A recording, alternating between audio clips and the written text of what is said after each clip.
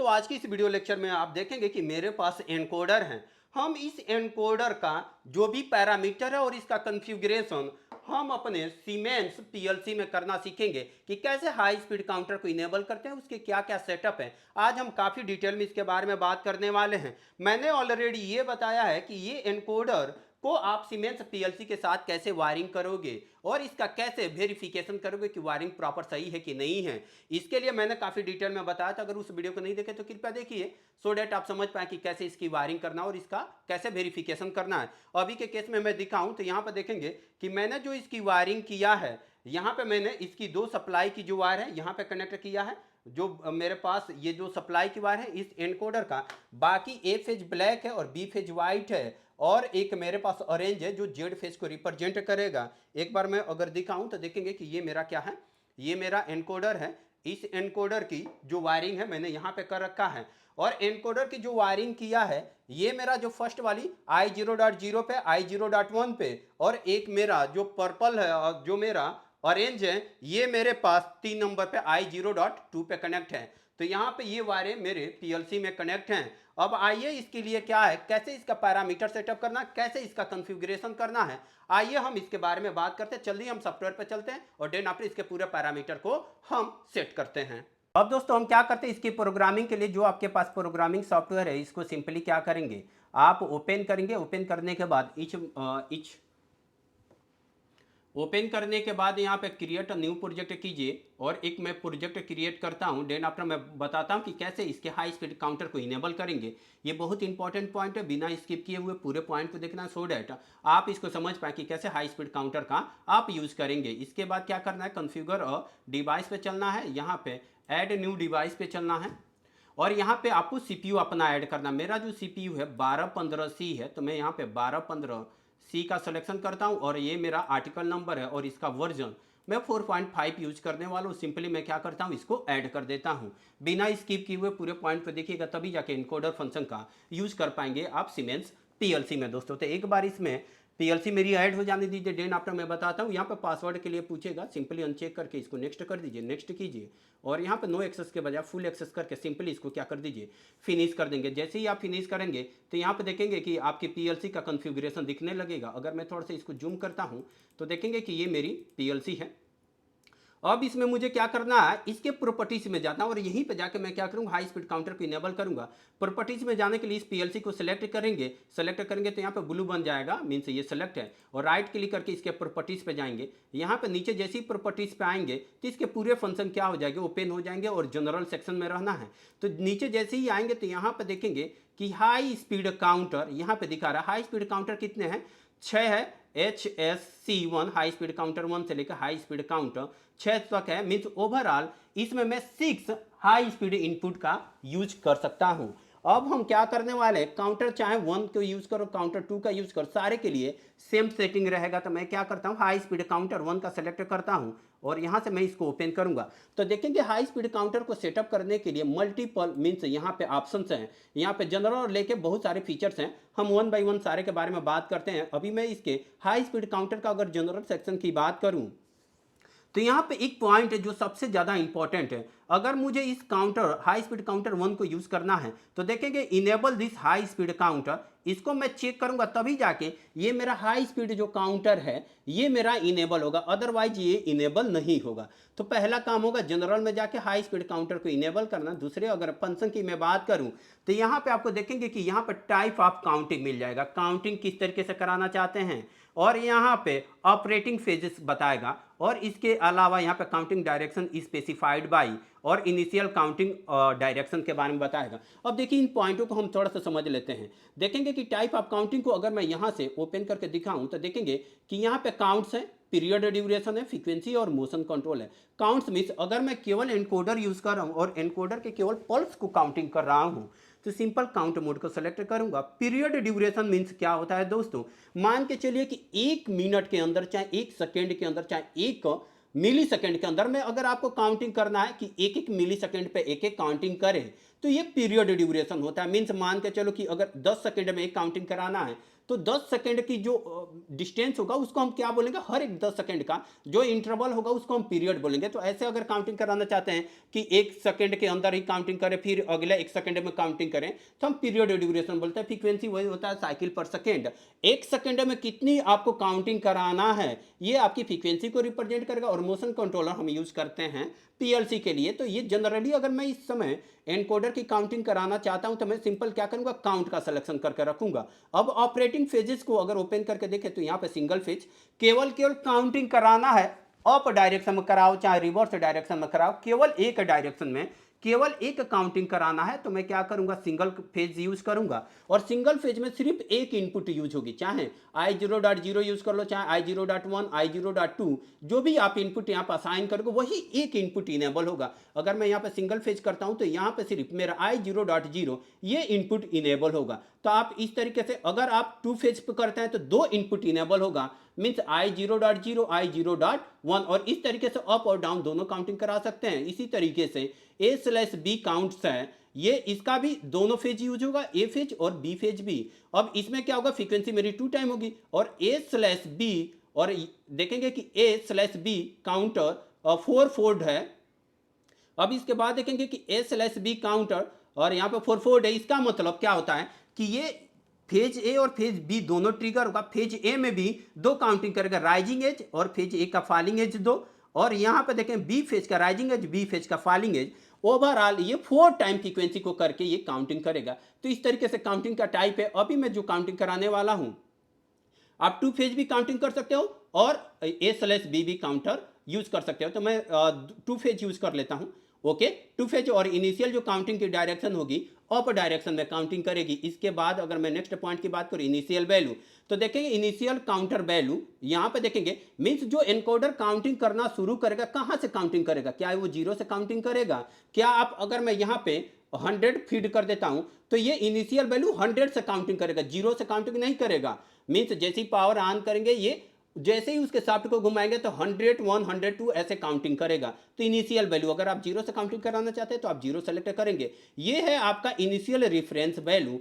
आप सपोज यहाँ पे कुछ वैल्यू इंटर कर देते हैं 1000 या 5000, तो जैसे ही 0 से 5000 रेफरेंस पॉइंट पाएगा तो आपको एक अलार्म जनरेट करेगा। तो अगर आप इनिशियल वैल्यू का रेफरेंस पॉइंट का अलार्म लेना चाहते हैं वो वैल्यू आप यहाँ पे फीड कर सकते हैं। अगर मैं इसके बाद की बात करूं तो देखिए इनिशियल वैल्यू हाई लिमिट और इनिशियल वैल्यू लो लिमिट, मींस ये काउंटर कितना काउंटिंग करेगा मैक्सिमम वो वैल्यू यहां पे मेंशन किया गया है पॉजिटिव डायरेक्शन में। अगर मैं नेगेटिव डायरेक्शन की बात करूं तो नेगेटिव डायरेक्शन में सेम वैल्यू नेगेटिव तक आ सकते हैं। ये क्योंकि 32 बिट का काउंटर है तो आप इतनी काउंटिंग करा सकते हैं। ये मेरे पास कुछ वैल्यू है, अगर आप इसकी काउंटिंग करेंगे तो आप काउंटिंग कर सकते हैं ऐसे 2 अरब 147 करोड़ 4 लाख 83,647 तक आप काउंटिंग करा सकते हैं। तो ये आप मीन्स मैक्सिमम काउंटिंग है और ये मिनिमम काउंटिंग है। और इनिशियल काउंटिंग मीन्स काउंटिंग कहाँ से कराना चाह रहे हैं, इनिशियल वैल्यू है। और इसके अलावा सिंक्रोनाइजेशन है, किसी और इनपुट के साथ इसको सिंक्रोनाइज कराना चाहते हैं, किसी और इनपुट से सिग्नल आ रहा है तो क्या कर सकते हैं, यूज एक्सटर्नल सिंक्रोनस इनपुट का यूज कर सकते हैं। ये हमारे यूज में अभी नहीं है, अगर जैसे जैसे यूज आएगा मैं इसको बताते जाऊंगा। इसके अलावा यहाँ पर देखेंगे कंपेयर इनपुट, किसी और इनपुट के साथ कंपेयर करना चाहते हैं तो करा सकते हैं। और इससे ज़्यादा सबसे ज़्यादा इंपॉर्टेंट है कि hardware input. Okay, hardware input जो आप इस जो हाई स्पीड काउंटर 1 का यूज कर रहे हो, आप इसकी वायरिंग की कहाँ पे किए हो, मीन्स इस एनकोडर की वायरिंग कहाँ पे किए हो, ये आपको हार्डवेयर इनपुट पे मिलेगा। तो देखेंगे I0.0 पे है 100 kilo hertz, means 1,00,000 hertz frequency तक की ये इनपुट, मीन्स 1 सेकंड में अगर 1,00,000 बार ये जो मेरा इनपुट में वेरिएशन आता है तो उसको क्या कर सकता है, काउंटिंग कर सकता है। इसी तरीके से यहाँ पे एक और है, ये अप काउंटिंग होगा, यहाँ पे डाउन काउंटिंग होगा। और देखेंगे कि डाउन काउंटिंग के लिए मीन्स फेज बी के लिए I0.1 का सिलेक्शन है। आप चाहें तो इस इनपुट को यहाँ पे सेलेक्ट करके क्या कर सकते हैं, चेंज कर सकते हैं अपने अकॉर्डिंग। तो बट इसमें 6 हाई स्पीड है तो I0.0 से लेकर I0.5 तक का सिलेक्शन कर सकते हैं। तो जो बाय डिफॉल्ट है आप यहाँ पे चेंज कर सकते हैं I0.1 I0.2, इस तरीके से आप सेलेक्ट करके सिंपली क्या करेंगे, इसको ओके करके यहाँ पे ऐड कर सकते हैं। तो ये अब जो फर्स्ट वाली वायरिंग बनेगी जो फेज ए I0.2 पे कनेक्ट होना चाहिए, बट अभी के केस में मैंने जो I0.0 पर कनेक्ट किया तो I0.0 को ही सेलेक्ट रखूंगा सिंपली हार्डवेयर इनपुट के बाद। अब यहाँ पे देखेंगे कि मेरे पास हार्डवेयर आउटपुट अभी क्योंकि एनकोडर है, इनपुट पे मैंने कनेक्ट किया, आउटपुट पे यहाँ पे कुछ है नहीं तो मैं एजिट इसको छोड़ देता हूँ। और इसके बाद देखेंगे कि आईओ एड्रेसिंग है, मीन्स जो एनकोडर का पल्स आएगा वो किस डेटा रजिस्टर में आएगा, उसकी एड्रेसिंग क्या रखना चाहते हैं वो ये बताएगा। तो यहाँ पे देखेंगे कि 1000 से स्टार्ट 1000.0 से लेके 3000 मीन्स 1307 तक इतना डेटा रजिस्टर यहाँ पे यूज हुआ है। तो हम जो इसका डेटा रजिस्टर यूज करेंगे आईडी 1000 में मैं क्या करने वाला हूँ, डेटा रजिस्टर यूज करने वाला हूँ, आईडी 1000 यूज करने वाला हूँ और इसी में एनकोडर की अपनी वैल्यू को क्या करूंगा, रीड करूंगा। तो ये तो मेरा हाई स्पीड काउंटर 1 का सेटअप था। अगर मैं इसी तरीके से एक और हाई स्पीड काउंटर 2 का यूज करता तो मैं हाई स्पीड काउंटर 2 का सेलेक्ट करता और इसको भी यहां से इनेबल कर देता। पूरा जो सेटअप होने वाला है, जो हाई स्पीड काउंटर 1 का सेटअप है, उसी तरीके से high speed counter 2, high speed 3, जितने भी हाई स्पीड काउंटर्स हैं, इतना सारा सेटअप करना। देखिए बात यहीं पे नहीं रुकती है, अभी भी आपको कुछ इसमें सेटअप करना होता है। अब जो मैंने डिजिटल इनपुट्स यूज किया है, अब मैं क्या करूंगा, यहाँ पे इसके DI पे चलूंगा, डिजिटल इनपुट्स पे, और यहाँ पे चैनल 0 और चैनल 1 का सिलेक्शन करूंगा। अब ये देखिए इतना इंपॉर्टेंट है, अगर आप चैनल 0 में ये जो इनपुट फिल्टर टाइम है अगर आप इसको चेंज नहीं करेंगे तो हो सकता है कि एनकोडर आपकी प्रॉपर काउंटिंग नहीं करेगा दोस्तों। तो आपको क्या करना होगा, इनपुट फिल्टर को चेंज करना होगा। यहाँ पे लिखा 6.4 मिली सेकेंड, मीन्स ये बताना चाह रहा है कि एक इनकोडर से जो पल्स आएगी, एक पल्स आने में मीन्स 6.4 मिली सेकेंड का टाइम अगर लगता है तो ये इनपुट काउंटिंग कर लेगा, अदरवाइज ये काउंटिंग नहीं करेगा। अगर आपका पल्स मान के चलिए 3 मिली सेकेंड मारा, 1 मिली सेकेंड मारा है, तो ये मेरा जो पीएलसी है, जो इनपुट पे सिग्नल आ रहा है, काउंटिंग ही नहीं कर पाएगा। तो आपको क्या करना होगा, इनपुट फिल्टर का सिलेक्शन करना होगा। अब इनपुट फिल्टर में इतने मिली टाइम है, मीन्स डिफरेंट ये कैसे सिलेक्शन करेंगे। मैं देखिए दोस्तों ऑलरेडी मैंने एनकोडर पर बहुत ज़्यादा वीडियो बना रखे हैं। यहाँ पे देखेंगे कि आपको एनकोडर मिल जाएगा, तो यहाँ पे देखेंगे कि मैंने यहाँ पे इसके बीट रेजुलेशन क्या होता है, नंबर ऑफ द पोजीशंस क्या होते हैं, एंगुलर पोजीशंस क्या होते हैं, एंगुलर प्रिसीजन क्या होता है, इसी के अकॉर्डिंग हम क्या करते हैं दोस्तों, अपन एक टाइम का कैलकुलेशन करते हैं। जो भी मैं टाइम का सारे पॉइंट्स एनकोडर के स्पीड को कैसे कैलकुलेशन करना है मैंने ऑलरेडी बता रखे, प्लीज इस वीडियो को देखिए सो डेटा आप इसके पूरे पॉइंट का कैलकुलेशन समझ पाए। आइए मैं अपने पीएलसी पर चलता हूं। जो इनपुट फिल्टर है 6.4 मिली सेकेंड है, अभी मैं इसको रिड्यूस करके सबसे कम 0.1 माइक्रो सेकेंड पे रख देता हूं। अब 0.1 माइक्रो सेकेंड से कम वैल्यू नहीं आएगी इसमें। तो ये अगर वैल्यू का सिलेक्शन करके रखते हैं दोस्तों, तो क्या करेंगे, आपके जो इनपुट पे यहाँ पे जो भी सिग्नल आएगा आप एनकोडर से इजीली से क्या कर सकते हैं, उसको आप डिटेक्ट कर सकते हैं। अगर इसके अलावा कुछ और वैल्यू रखते हैं जैसे कि 6.4 मिली सेकेंड था, तो हो सकता है एनकोडर आपका ज़्यादा प्रिसाइजली हो तो ये काउंटिंग नहीं कर पाएगा। अब मैंने इसको यहाँ पे सिलेक्शन कर दिया। अब इसी तरीके से चैनल 1 मीन्स I0.1 का सिलेक्शन करना होगा और इसकी भी इनपुट मैं घटा के क्या कर देता हूँ, 0.1 माइक्रो सेकेंड कर देता हूँ, दोनों इनपुट सेम रहेगा। अब इतना सब होने के बाद मैं क्या करूँगा, इस पूरे प्रोजेक्ट को मैं अपने पीएलसी में ट्रांसफर करने वाला हूँ। अब दोस्तों इतना सब होने के बाद क्या करेंगे, अपना प्रोग्राम हम ट्रांसफर करेंगे अपने पीएलसी में। तो चलिए मैं एक बार अपना कैमरा दिखाता हूँ, ये मेरा कैमरा है। अब देखेंगे इसको ट्रांसफर करने के लिए मैं क्या करूँगा, यहाँ से राइट क्लिक करके और यहाँ पे मैं जाने वाला हूँ सिंपली, और इस तरीके से मैं क्या करूँगा, यहाँ पे सर्च करूँगा और सर्च करने के बाद अपना इस पूरे प्रोग्राम को मैं अपने पीएलसी में ट्रांसफर करने वाला हूँ। तो एक बार सर्च करने दीजिए, जैसे ही सर्च हो जाएगा, सर्च करने के बाद इसको सिंपली क्या करना है, लोड कर देना है। लोड करने के बाद सिंपली मैं इसको कनेक्ट कर देता हूँ। एक बार पूरे पॉइंट को देखिए सो डेट आप समझ पाएँ कि कैसे इसमें प्रोग्रामिंग करना है और इस एनकोडर फंक्शन का कैसे यूज़ करना है। देखेंगे कि ये मेरा एनकोडर है, इस एनकोडर का हम शाफ्ट को रोटेट करेंगे और इसके बिहेवियर को हम क्या करेंगे, अपने पीएलसी में चेक करने वाले हैं। तो एक बार पूरे प्रोग्राम को ट्रांसफर हो जाने दीजिए। देन आफ्टर हम यहाँ से कंटिन्यू विदाउट सिंक्रोनाइजेशन और यहाँ पे नो एक्शन के जगह पे मैं स्टॉप ऑल करके देन आफ्टर मैं इसको लोड कर दूंगा। लोड करने के बाद जैसे ही लोड कंप्लीट हो जाएगा तो यहाँ पे फिनिश का ऑप्शन इनेबल हो जाएगा और इस तरीके से देखेंगे कि सक्सेसफुली ये मेरा जो एनकोडर का प्रोग्राम है, जो भी मैंने हाई स्पीड काउंटर यहाँ पे मैंने इनेबल किया था, वो मेरा हाई स्पीड काउंटर क्या हो जाएगा, इनेबल हो जाएगा। अभी देखेंगे कि मैंने अपने पीएलसी में प्रोग्राम ट्रांसफर कर दिया है। अब इसके कैसे इसमें हम प्रोग्राम को राइट करेंगे, कैसे मैं मीन्स यहाँ पे जाएंगे प्रोग्राम ब्लॉक में और इसके लिए हाई स्पीड काउंटर का कैसे यूज करेंगे, हाई स्पीड काउंटर के लिए कौन सा इंस्ट्रक्शन से यूज करेंगे, कैसे सेटअप करेंगे, ये सारे पॉइंट्स हम नेक्स्ट वीडियो में देखने वाले हैं। दोस्तों लास्ट वीडियो में हमने ये सीखा था कि इसका कैसे हार्डवेयर कॉन्फ़िगरेशन करेंगे और कैसे हम हाई स्पीड काउंटर को इनेबल करेंगे और उससे रिलेटेड जो भी पैरामीटर था हमने इसमें सेटअप किया था। आज हम इसमें प्रोग्राम राइट करेंगे इसके लिए मैं क्या करता हूँ, इसको मैक्सिमाइज करता हूँ और अपने ऑर्गेनाइजेशन ब्लॉक पे चलते हैं। अब आप जानते हैं कि मुझे अगर यहाँ पे एनकोडर यूज हुआ तो एनकोडर की काउंटिंग करने के लिए मुझे क्या करना होगा, हाई स्पीड काउंटर का यूज करना होगा। इस एनकोडर की अगर मुझे वैल्यू को काउंट करना है तो इसके लिए मुझे क्या करना होगा, हाई स्पीड काउंटर का यूज करना होगा। तो हाई स्पीड काउंटर हमको कहाँ पे मिलेगा, आइए हम इसको यूज करते हैं। यहाँ इंस्ट्रक्शंस में जाएंगे और यहाँ पे जाने के बाद मुझे टेक्नोलॉजी में मिलेगा, टेक्नोलॉजी में ही हाई स्पीड काउंटर्स मिलेगा।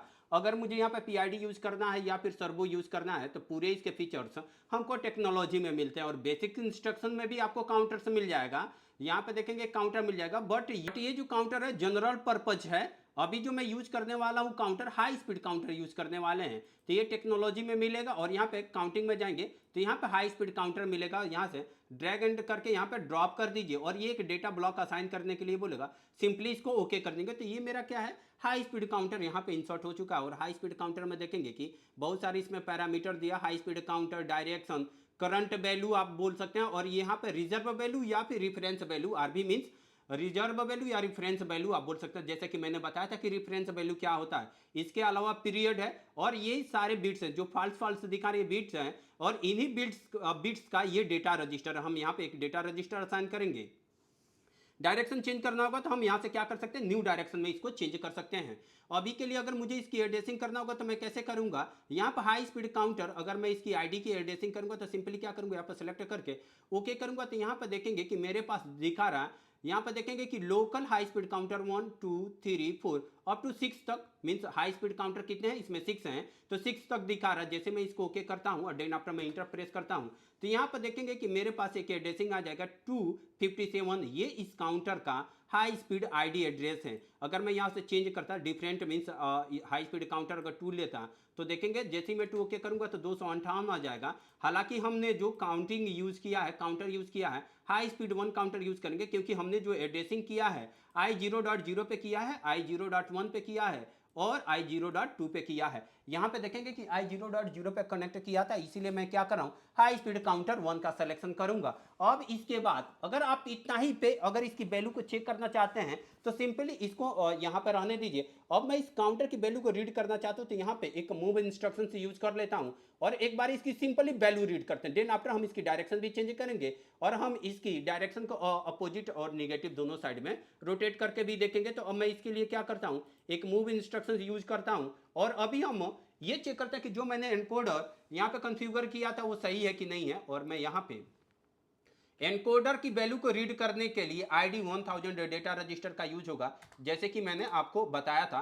तो यहाँ पे जो एनकोडर 1 है इसकी वैल्यू किस में आएगी, ID1000 में आएगी। और इसकी वैल्यू को रीड करने के लिए मैं क्या करता हूँ, एक डेटा रजिस्टर असाइन कर देते हैं, MD8 कोई सा भी एक डेटा रजिस्टर असाइन कर सकते हैं। बट ये मेरा पास जो काउंटर है 32 बिट का है, इसीलिए हम DMD यूज करेंगे, MW यूज कर लेंगे तो 16 बिट का हो जाएगा। अब आइए मैं इसको क्या करता हूँ, थोड़ा सा इसको रिवायर करते हैं और रिवायर करने के बाद देखेंगे कि यहाँ पे मेरे पास डी इंटीजर करके मैं इसको ओके कर देता हूँ क्योंकि डी इंटीजर में ही पूरी वैल्यू अच्छे से दिखेगी। अदरवाइज ये डेटा टाइप हेक्स हो गया तो हेक्स वैल्यू दिखेगी, तो हम हेक्स वैल्यू को आइडेंटिफाई नहीं कर पाएंगे रियल वैल्यू के साथ। सिंपली इतना सब करने के बाद मैं क्या करता हूँ, इस पूरे प्रोग्राम को हम एक बार PLC में ट्रांसफ़र करते हैं।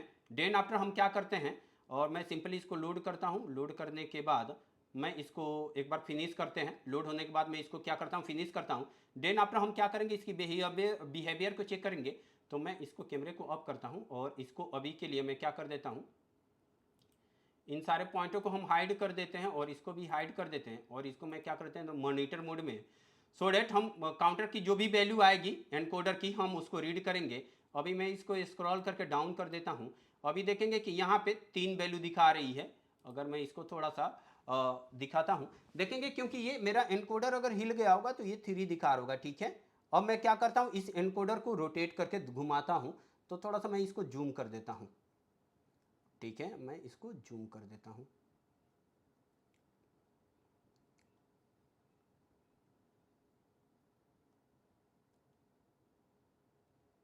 ओके, अब देखते जाइए, ये अगर मतलब हिल जाएगा ना तो ये काउंटिंग से बढ़ जाएगी, देखेंगे। अब जैसे ही मैं क्या करता हूँ, इसको देखिए, मैं इसको रोटेट करता हूँ।